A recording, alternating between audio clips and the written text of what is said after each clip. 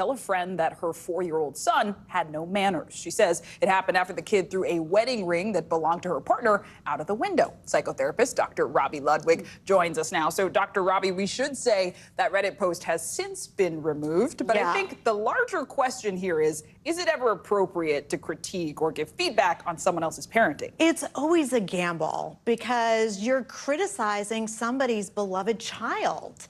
And, you know, parents are not easy to forgive. Plus, a lot of parents are guilty anyway about whether they're parenting correctly. And especially for somebody who's not a parent, you're not going to have the same empathy as somebody who has kids. It's like your kids wear you down and you have more of an understanding.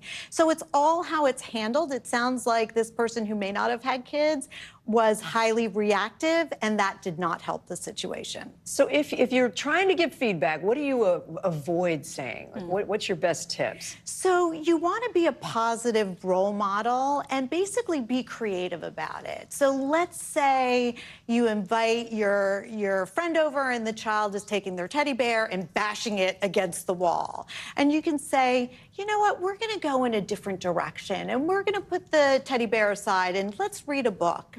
So you switch the direction, or you have some intuitive knowledge. Let's say your friend has a child like mine who wasn't socialized at a restaurant.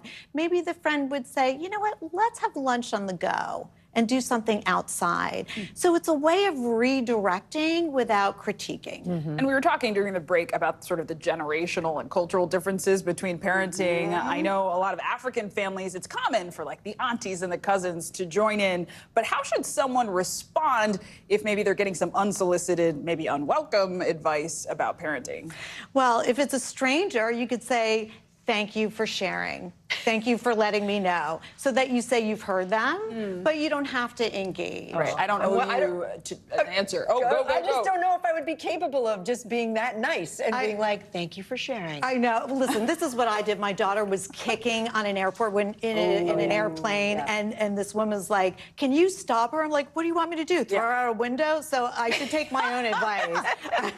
I was like, what do you want? Thank you for sharing. Thank you for sharing. Okay. So receive, I'm sorry, what if you have a friend's child over? I'm asking hypothetically. This did not happen 20 years ago at a party that we held, and you feel like you want to, the kid's out of control and you want to punish or give consequences. So a common feeling, and what you can set boundaries, but it's the way in which you do it. So you can say, you know what, in our house, we use our inside voice, or we don't name call in this house. And so you try to send the message about the behavior without shaming the child. So it's all about the behavior may not be ideal, but the kid is still good.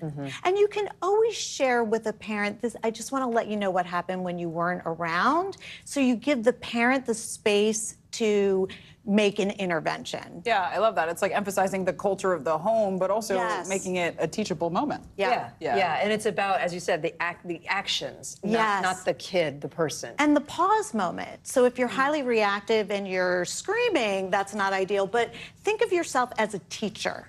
You know, how can you get this message across and bring out the best in this child? Dr. Robi Ludwig, always great to have you. Thanks so much. Great being here. Well, we've got a lot more news ahead. You're watching NBC News Daily.